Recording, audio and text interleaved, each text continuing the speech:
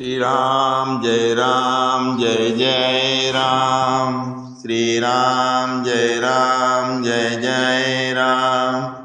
श्री राम जय जय राम। सच्चिदानंद भगवाननी जय। सद्गुरु देवनी जय। सनातन धर्ममी जय। तेषां सततयुक्तानां भजति प्रीतिपूर्वकं ददामि बुद्धि योगम तन येन मामुपयान्ति ते। हाँ, ए गीताजीनो एक साराम सारो 10મા અધ્યાયનો છે વિભૂતિ યોગનો 10મો એટલે કે નિરંતર મારા ધ્યાનમાં પરોવાયેલા અને પ્રેમથી ભજનારા ભક્તોને હું તત્વજ્ઞાન રૂપી યોગ આપું છું, જેનાથી એ ભક્તો મને પ્રાપ્ત થાય છે, મને પામે છે.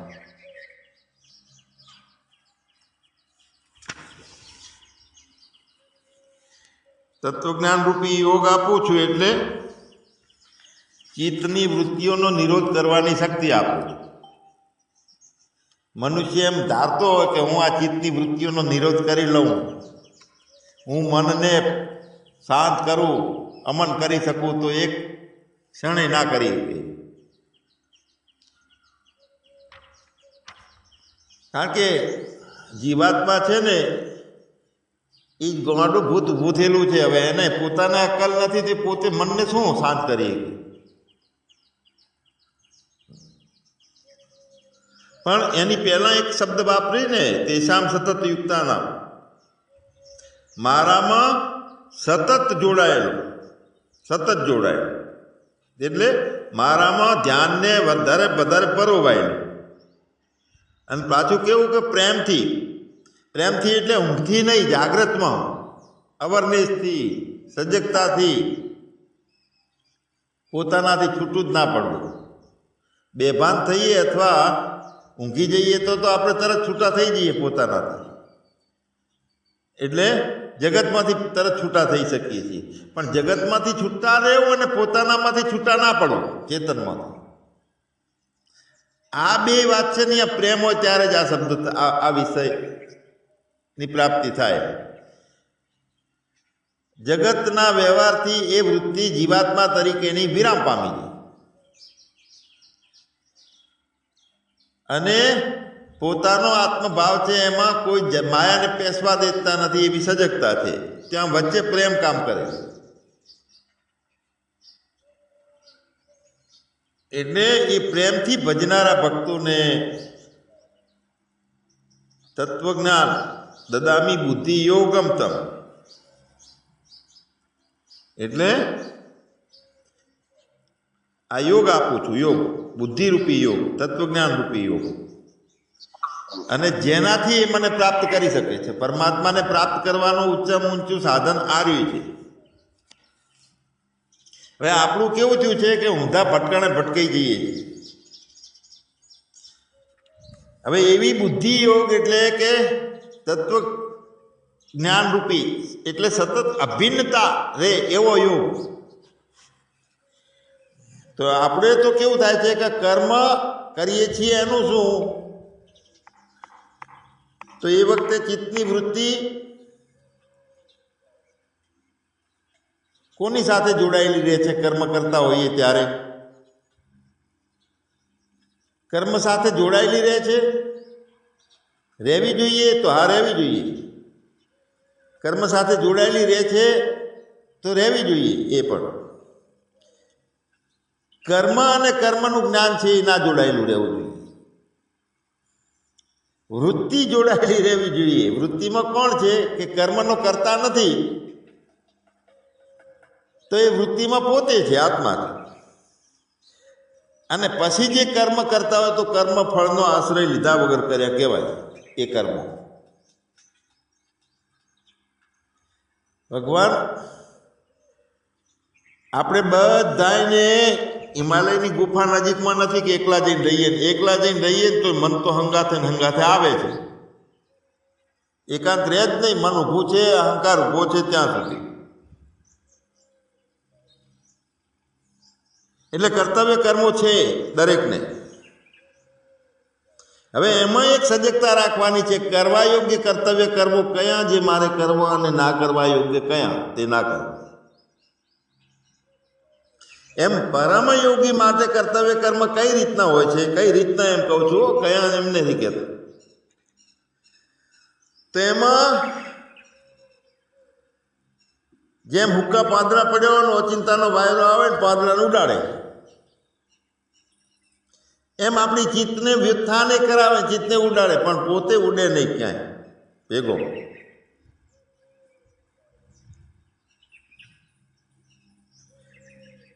પરમ સતત નિષ્ઠાથી જોડાયેલા યોગી માટે પોતાની ચિત્તની વૃત્તિઓ કર્મની સાથે હોય છે, પણ અભિન્ન હોય છે, આત્માથી અભિન્ન, આત્માથી અભિન્ન. જેમ પ્રાણની સાથે જો આપણે વૃત્તિને જોડી દઈએ, એ પરમાત્માથી અભિન્ન વૃત્તિને પ્રાણની સાથે જોડીએ છીએ, ત્યારે સમાધિનો અભ્યાસ ચાલુ થઈ જાય. એમ વ્યવહારમાં આપણે જોડી લઈએ આપણને.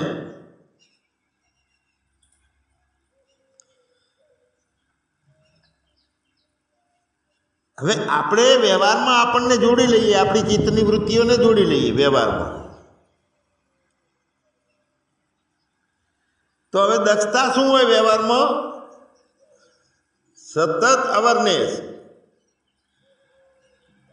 કે મેં મારા નીતિ નિયમો અપનાવ્યા છે, બીજાને તો નડતા નથી ને. આપણે જેને યોગ કહેતા હોઈએ, ધ્યાન કહેતા હોઈએ, સત્સંગ કહેતા હોઈએ, બીજાને માથાકૂટ થતી હોય, જો ઝીણી વાત છે.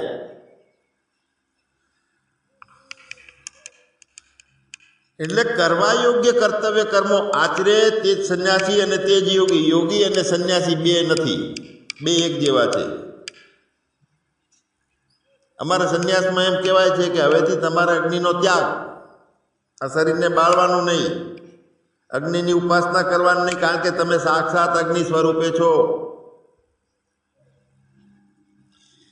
તો અગ્નિ સ્વરૂપે સાક્ષાત હોવું એનું નામ સંન્યાસી. બીજું બધું એની હંગાથ આવે એ બધું બળીને ભસ્મ થઈ જાય અગ્નિમાં. જેટલા પાદના, જેટલા પતંગિયા જે આવે એ ભસ્મ થઈ જાય. અને યજ્ઞનો ત્યાગ કર્યો એટલે સંન્યાસી, આવું માનીએ છીએ. અને ક્રિયાઓનો ત્યાગ કર્યો એટલે યોગી.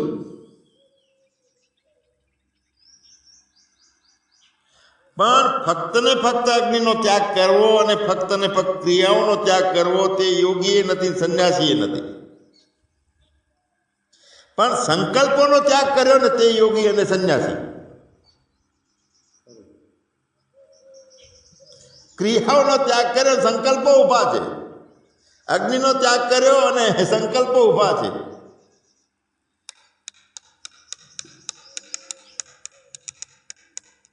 એટલે સંકલ્પોનું સ્વરૂપ શું છે કે એટલા બધા સૂક્ષ્મ છે, કારણ કે એની અંદર ગુણ ભળેલા છે સંકલ્પો.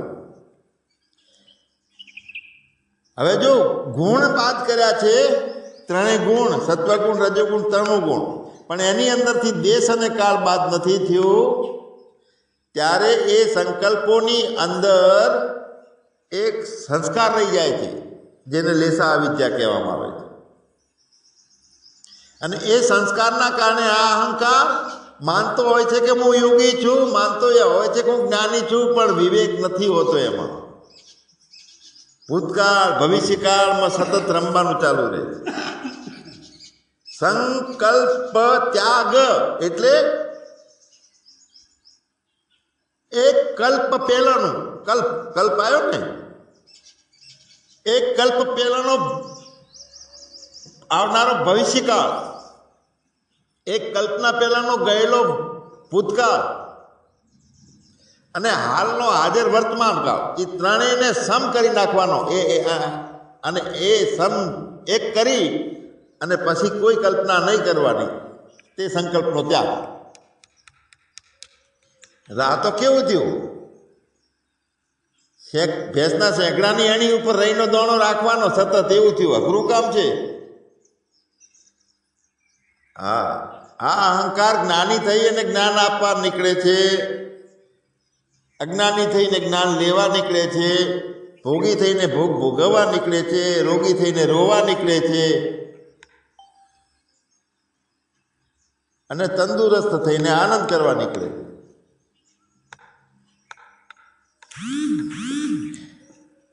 એટલે ભગવાન સંન્યાસ જે છે એ જ યોગ છે.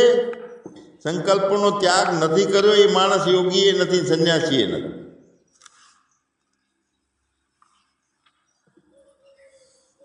આપણને ભૂતકાળને પકડી ના રાખીએ, સતત નહીં પકડી રાખવાના. પૂર્ણ આત્મનિષ્ઠા આત્મદર્શનનો યથાર્થ અનુભવ કરવો હોય પછી દેશકાળને પકડી નહીં રાખવાના. કારણ કે દેશકાળમાં બીજું ત્રીજું બીજાના ગુણો અવગુણો થાય છે. ભય ભ્રાંતિ આપવાનું કારણ દેશકાળને પકડી રાખીએ છીએ. પોતાના રથની ઉપર પોતે સવારી કરી અને સતત રહેવું છે. એટલે કે યોગમાં આરૂઢ થવા માટે મનનશીલ માણસ માટે નિષ્કામ ભાવથી કર્મ કરવું આ પહેલા નંબરનો મુખ્ય રસ્તો. જેટલું જે કંઈ કરો તે નિષ્કામ ભાવથી. કેમ કે આવો જે યોગ પ્રાપ્ત કરવો છે એમાં નિષ્કામતા સિવાય બીજા રસ્તાઓ આગળનો રસ્તો જ બનશે. કામના છે એટલે સંકલ્પો ઊભા રહે, નિષ્કામતા છે એટલે સંકલ્પોનો અભાવ, બધા પ્રકારના સંકલ્પોનો અભાવ.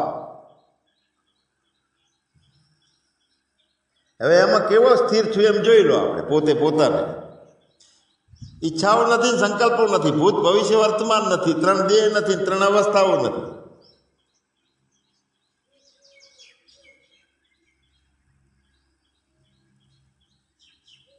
તો કેવો છું હું એ વખતે ઇન્દ્રિયો છે, ઇન્દ્રિયોના ભોગોમાં આસક્તિ છે, જગત છે, સંસાર છે એમાં આસક્તિ છે, કર્મો છે, અકર્તા બનો એવું છે કાંઈ નથી. કર્મમાં આસક્ત નથી, ભોગોમાં નથી, ઇન્દ્રિયોમાં નથી, ઇન્દ્રિયોને ઇન્દ્રિયોના વિષયો મળે છે એમાં આસક્તિ નથી. સઘળા સંકલ્પોનો ત્યાગી માણસ જે છે તે યોગારૂઢ છે.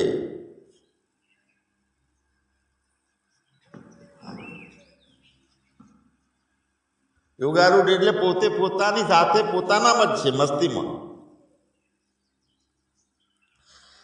અને આવી સ્થિતિ પ્રાપ્ત કરવી હોય ત્યારે એમ ગીતા કહે છે કે પોતે પોતાનો ઉદ્ધાર કર્યો. હવે આવો પોતે પોતાનો ઉદ્ધાર કરવા માટેની યાત્રાને આપણે થોડી છંછેડીએ તો કરવો છે ને. આપણે બધાને પોતાનો ઉદ્ધાર તો કરવો છે, તો કોણ નડે છે એમાં? કોઈ પોતે પોતાનો ઉદ્ધાર કરવો છે. પોતાની ચંચળતા, પોતાની આદતો, પોતાની અજ્ઞાનતા, પોતાના સંશયતા જેટલું જેટલું છે એ આપણને નડે છે. સંસાર સાગરમાં ઉદ્ધાર કરવો છે તો આત્માનંદ સ્વામીજીની જોડે આંગળી પકડીને વળગી રહીએ તે કરી દેશે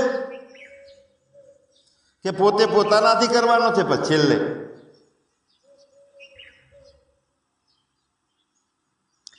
આત્માને આત્માના, આત્માથી આત્માનો ઉદ્ધાર થાય, પોતાનાથી, પોતાના વડે. તો પોતાના વડે પોતાનો ઉદ્ધાર કરવો છે, આ વાત સાચી છે. તો પોતે પોતાનો અધોગતિ ના કરે, એની સાથે બીજી વાત પકડી રાખવી પડે ને આપણે. એક બાજુ ઉદ્ધાર કરવો છે, એક બાજુ ટોલ કરાવી છે, પાછા કાંસકા રાખવા છે. તો પોતે પોતાની અધોગતિ ના કરે એ સચેત રાખવા. અધોગતિ કોણ કરે છે? પોતે. પોતે પોતાનો મિત્ર ને પોતે પોતાનો શત્રુ.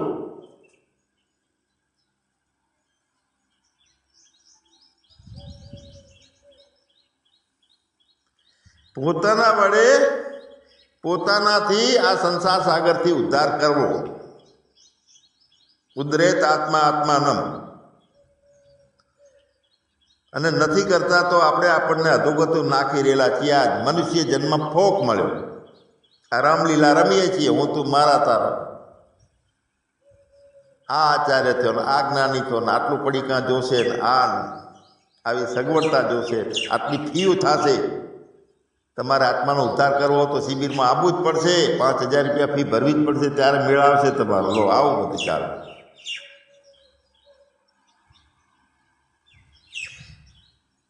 હવે શિવ જીવ ભી જોડા જોડ, ના સમજીએ માથા ફોડ. પોતે પોતાનો મિત્ર ક્યારે છે કે આ બધા વિવેકથી સમજી લે.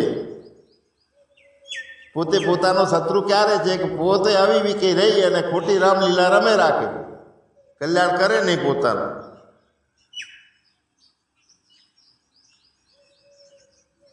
એટલે આમાં શું, પછી ઇન્દ્રિયોને બહિર્મુખ થવાની આદતો પડે છે. જીવાત્માને આ અહંકારને મોજું કરવી છે, ખાવું છે હારું હારું, સેવા લેવી છે હારી હારી, મોટે મેળવી છે, મોટો આશ્રમનો મોટો મહાત્મા છું, મોટો સંપ્રદાયનો મોટો આચાર્ય છું.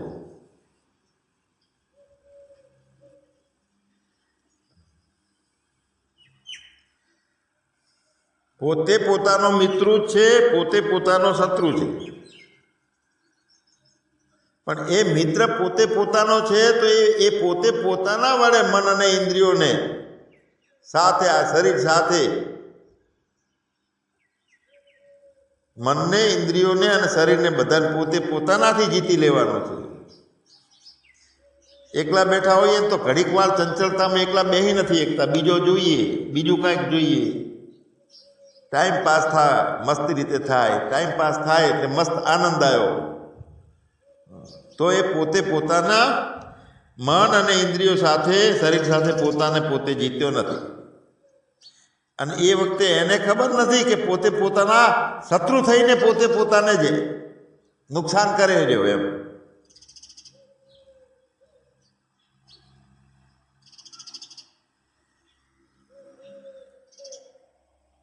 તો ભગવાન જ્ઞાન વિકાર રહિત આપણી સ્થિતિ, સારી રીતે જીતાયેલી ઇન્દ્રિયો, સારામાં સારો વિવેક અને પૂર્ણ વૈરાગ,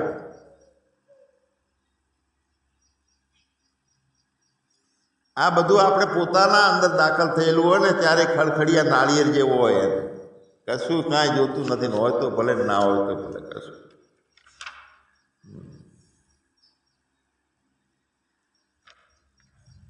જો આવો હોય ને તો પાછો એ બ્રહ્મ નથી. પાછું એટલું હોય તો એમાં સજગતા રાખવાની છે, લોચો ના મરે છે. પોતે મિત્ર, શત્રુ, ઉદાસીનની જેમ, સ્વાર્થ વગરનો, બધાનો સાક્ષીની જેમ, પક્ષપાત કોઈનામાં ના કરતો હોય, હરખું બધાને હરખો ભાવ આવતો હોય,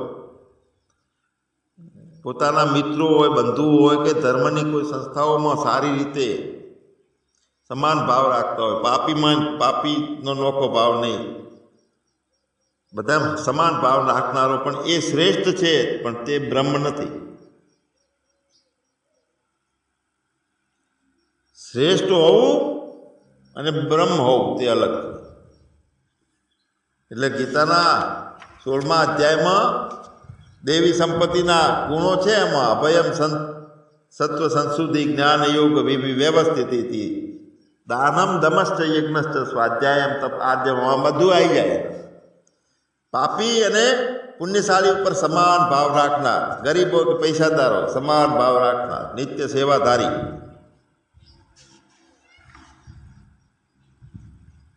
તો એ યોગીમાં અને એ શ્રેષ્ઠ મહાપુરુષમાં ફેર.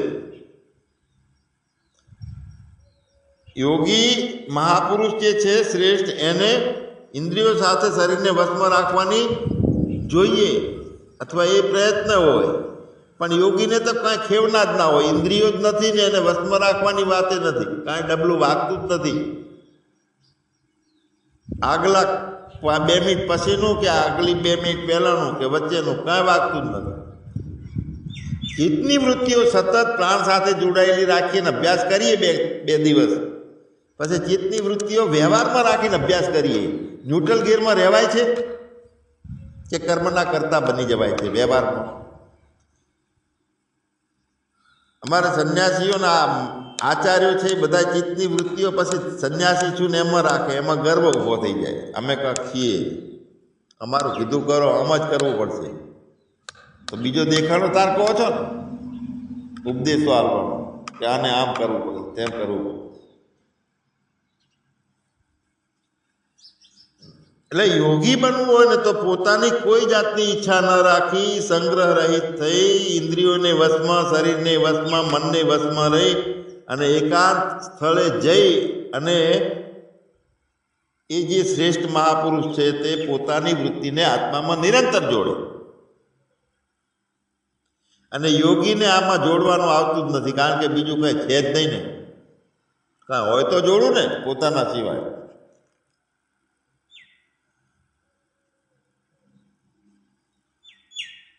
સંકલ્પોનો ત્યાગ થઈ ગયો છે, કરવા વાળો નથી રહ્યો, ત્યાગ કરવા વાળો નથી.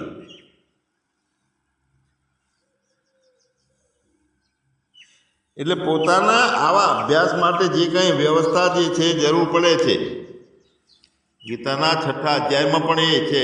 એમાં યોગ જ્ઞાનેશ્વરી ગીતામાં સરસ મજાનો ઉલ્લેખ આપે છે 6થા અધ્યાયમાં કુંડલીની જાગૃતિ વિશે અને ધ્યાન માટે કેવી જગ્યા જોવે, કેવું નીચે પાથરવાનું, જો ડાબડ અને કોદડી, પવિત્ર એકાંતવાળી જગ્યા, નહીં ઘણો ખાડો, નહીં ઘણી ઊંચાઈ, પછી જાગ્રત અવસ્થામાં ઊંઘમાં નહીં, ઊંચું નીચું થતું હોય એવું આસન નહીં, એકલી સ્થિરતા પોતાની, અને એવા આસન ઉપર બેહી અને ચિત્ત અને ઇન્દ્રિયોની બધી ક્રિયાઓને વશમાં રાખવાની. મતલબ કે બધાને જોનારા બનો, વશ રાખનારા ના બનો. ચિત્ત મન જે કરે છે એને જોતા, અને ખબર છે કે હું આત્મા છું, વ્યાપક છું, સચ્ચિદાનંદ રૂપે છું, એટલે બાકીને જોતા રહો, એટલે એની તાકાત બધી ઓછી થાય. એક મોટો ડીએસપી હોય ને, ચોરના શેરીમાં ગયો હોય, બધા ચોરો જ રહેતા હોય, અને જે જગ્યાએ જઈને ખુરશી ઘાલી નાખીને જે સામે એક વ્યક્તિ આવે ને એની સામે જોતો રહે ને, એટલે પેલો ચોરોની ધ્રુજવા જ મળતો કે મારા ઉપર શું કામ સતત જોતા કરે છે.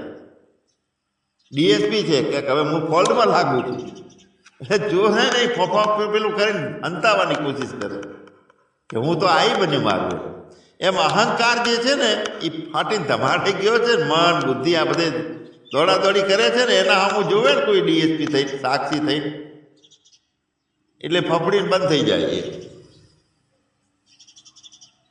ચિત્તની વૃત્તિને એકાગ્ર કરવા માટેની ઘણી બધી વાત પતંજલિ યોગ સૂત્રમાં કીધી છે, ગીતામાં છે, ઉપનિષદોમાં સતત આ વાત કરી છે. સીધું બેસવું, મસ્તકને સીધું રાખવું, ડોક સીધી રાખવી, કરોડરજ્જુ ટાઈટ રાખવી, અને નાસિકાના અગ્ર ભાગ ઉપર પ્રાણ આવે છે અને જાય છે એની સામે જોતા રહો. મતલબ કે પ્રાણની સાથે તમારી વૃત્તિને જોડી દો. પ્રાણની સાથે આપણે આપણી વૃત્તિને જોડી દઈએ છીએ, અને જે એકાગ્રતા પોતાની થાય છે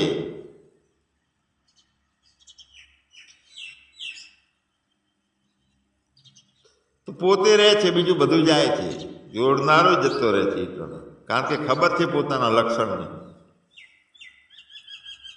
કોઈ પણ જાતની દિશાઓ નથી જોવાની, તો જોનારો જ જતો રહ્યો છે. શું નથી જોવાની છે. પછી ખુલ્લી બજારનો ખેલ છે. આંખો બંધ કરવાની નથી, સીધા બેહો કે ટોટિયા ઊંચા કરીને બેહો, કે આપ દઈને બેહો, કે 5 ગોદડા ઉપર ઊંધા થઈને પૂરો. પણ યોગ છે રે, યોગનો બાપ કોઈ નથી. યોગ પોતે છે, બધાનો બાપ છે. પાપનો બાપ લોભ છે,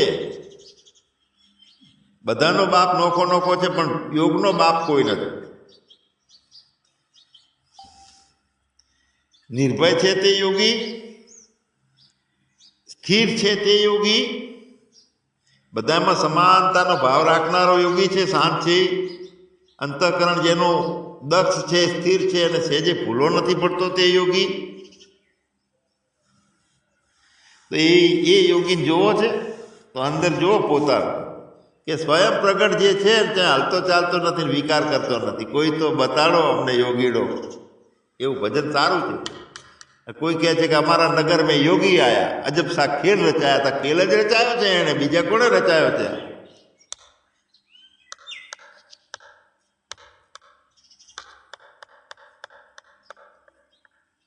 જોગીડો મારો કાયાને જોનાર, વિષયોને જોવે, બધું જોવે, પણ કોઈનામાં ભળે નહીં, કોઈને શક્તિ આપે નહીં, મહત્તા આપે નહીં. અજો નિત્યમ શાશ્વતો અયમ પર પુરાણો ન અન્યતે અન્ય માને શરીરે, એટલે કે જે સ્વયં પ્રકાશ છે, કરતા ભોગતા પણ નથી, કોઈને હણતો નથી, હણાતોય નથી, સ્વયં પ્રકાશ છે અને સર્વાધાર છે. શિવોહમ શિવોહમ શિવોહમ એના કરતા આગળ સર્વોહમ સર્વોહમ સર્વોહમ. હા હા, જુઓ ને એની મસ્તી તો જોઈ લો, કોણ છું, કેવડો છું, અને કેવી રીતનો ફોફો મારનારો છે, નાટકમાં રમનારો છે. એના બદલે જે છે એ છે, જુઓ કેટલો દૂર છે ને ક્યાં રહેલો છે, ઓફિસ ક્યાં છે, ચેક કરો. ના ખબર પડતી હોય તમારે સગ્રમ બાપાને ફોન કરીને પૂછવાનું બધું કે બાપા બતાડો અમને હવે. કહો સચ્ચિદાનંદ ભગવાનની જય.